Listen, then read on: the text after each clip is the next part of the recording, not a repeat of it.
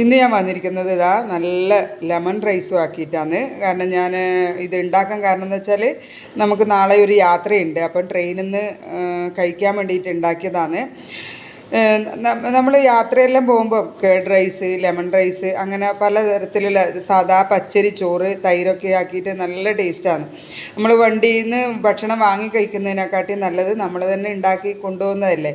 അപ്പം ഞാൻ ഇന്ന് ഇത് ഉണ്ടാക്കിയിട്ടുണ്ട്. നാളെ അതേപോലെ തന്നെ ഇത് ഉണ്ടാക്കുമെന്ന് പറഞ്ഞാൽ നാളെ രാവിലെ യാത്ര പോകുന്നുണ്ടെങ്കിൽ തലേന്ന് തന്നെ രാത്രി തന്നെ ഉണ്ടാക്കിയിട്ട് നല്ല തണുക്കണം. എന്നാൽ മാത്രമേ ഇതിൻ്റെ നമ്മുടെ പാത്രത്തിലേക്ക് ആക്കാൻ പറ്റുള്ളൂ. ഞാനിത് അതിന് വേണ്ടിയിട്ട് നല്ലൊരു കണ്ടെയ്നർ വാങ്ങിയിട്ടുണ്ട്. അപ്പോൾ നല്ല അടപ്പുള്ള പാത്രം വാങ്ങിയിട്ടുണ്ട്. ഇതിലാകുമ്പോൾ നല്ല വൃത്തി ആക്കിയിട്ട് കൊണ്ടുപോകാം. അപ്പോൾ ഇത് ലെമൺ റൈസ് എങ്ങനെ ഉണ്ടാക്കുന്നതെന്ന് ഞാൻ പെട്ടെന്ന് പറഞ്ഞുതരാം. ഇത് ലെമൺ റൈസിന് ആവശ്യമായ സാധനങ്ങൾ ഇതിപ്പോൾ കുറച്ച് കുരുമുളക് എടുത്തിട്ടുണ്ട്, കറുത്ത കുരുമുളക്. പിന്നെ കുറച്ച് കപ്പലണ്ടി, അതായത് നിലക്കടല എടുത്തിട്ടുണ്ട്. കടലപ്പരിപ്പ് എടുത്തിട്ടുണ്ട്.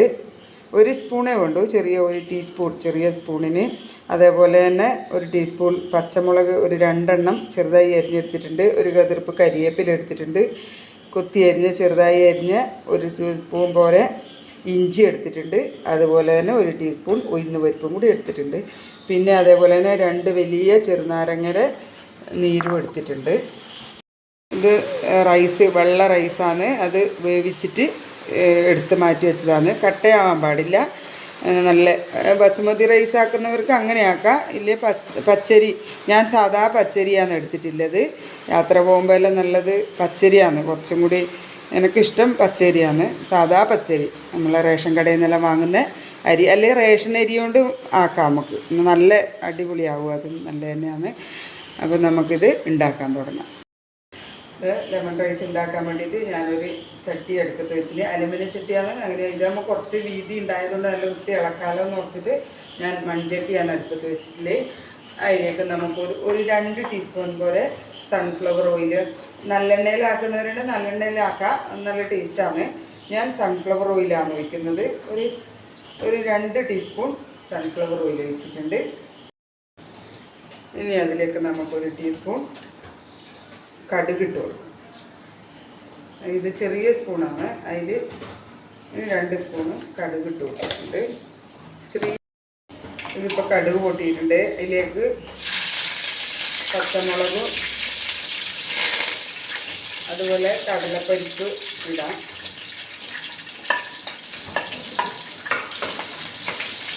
കുറച്ച് 1 ടീസ്പൂൺ ഉഴുന്ന് പരിപ്പും കൂടി ഇതിലേക്ക് ഇട്ട് കൊടുക്കാം.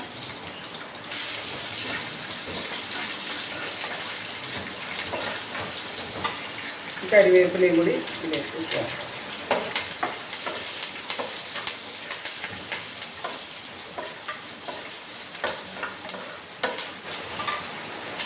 നമ്മൾ ഉണക്കമുളക് ചേർത്ത് കൊടുക്കാം. ഞാൻ 2 ഉണക്കമുളക് എടുത്തിട്ടുണ്ട്.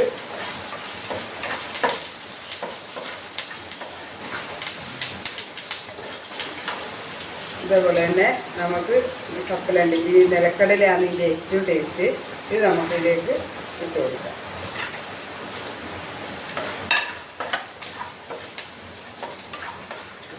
അത് നന്നായി വഴഞ്ഞെടുത്ത് ഇനി ഇതിലേക്ക് ഇഞ്ചിയും കുരുമുളകും കൂടി ചേർത്ത് പിന്നെ കുറേശ്ശെ ചേർത്തിട്ട് നമുക്കൊരു അത്രയല്ലേ വേണം. നിലക്കടല ആദ്യം നമ്മൾ കപ്പലണ്ടി വറുത്തിട്ട് ഇതിലേക്ക് ചേർക്കുന്നുണ്ട്, അങ്ങനെയായാലും ചേർക്കാം. പിന്നെ ഇതേതായാലും ഉണ്ടെങ്കിൽ വഴറ്റുന്നില്ലേ നോക്കിയിട്ട്.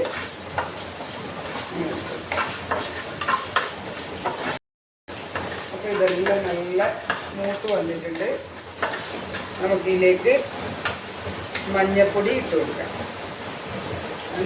ഒരു ടീസ്പൂൺ, നല്ല കളറ് വേണ്ടേ കൊണ്ട് കുറച്ച് അധികം തന്നെ മഞ്ഞൾപ്പൊടി ഇട്ട് കൊടുത്തിട്ടുണ്ട്. ഇനി ഇതിലേക്ക് നമുക്ക് എടുത്തു വെച്ച നാരങ്ങ നീരും കൂടി ഒഴിച്ചു. ഈ കുറച്ച് വെച്ചിട്ടാണ് ചെയ്യുന്നത്. ഇനി നമുക്ക് ഇതിനൊന്നും ഞാൻ ഉപ്പിട്ടിട്ടല്ല ചോറൊന്നും വേവിച്ചത്. നമുക്കതിലേക്ക് ഉപ്പിട്ട് കൊടുക്കാം. ചോറിനാവശ്യമായ ഉപ്പ് തന്നെ, കുറച്ച് ഉപ്പ് കൂടുതൽ നിൽക്കണം ഇതിനാക്കുമ്പോൾ.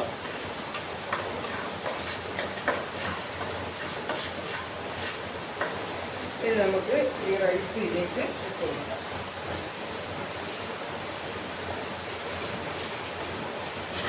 നല്ല പാകത്തിന് വെന്ത് നല്ല അടിപൊളി റൈസായിട്ടുണ്ട്.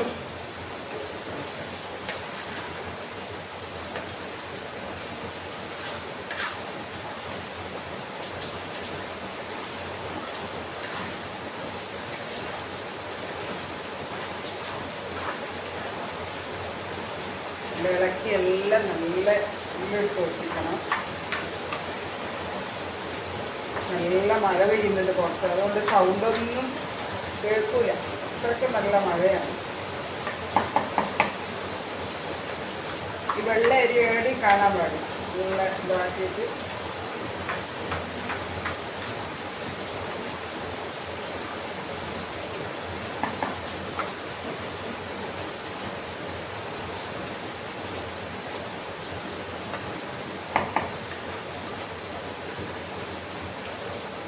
പുളിയുണ്ടാവാൻ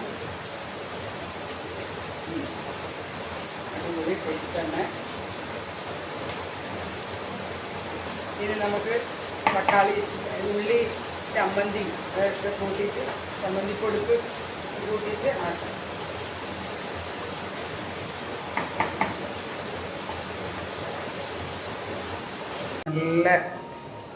നല്ല കളറും നല്ല മണവും എല്ലാം വരുന്നുണ്ട്, കുരുമുളകിൻ്റെയും ഇഞ്ചിയുടെയും. അപ്പോൾ ഇതാ നമ്മളെ ലെമൺ റൈസ് ഇവിടെ റെഡി ആയിട്ടുണ്ട്. എല്ലാവരും ഉണ്ടാക്കി നോക്കണം. ഇഷ്ടപ്പെട്ടാൽ ലൈക്ക് ചെയ്യുക, ഷെയർ ചെയ്യുക, സബ്സ്ക്രൈബ് ചെയ്യുക.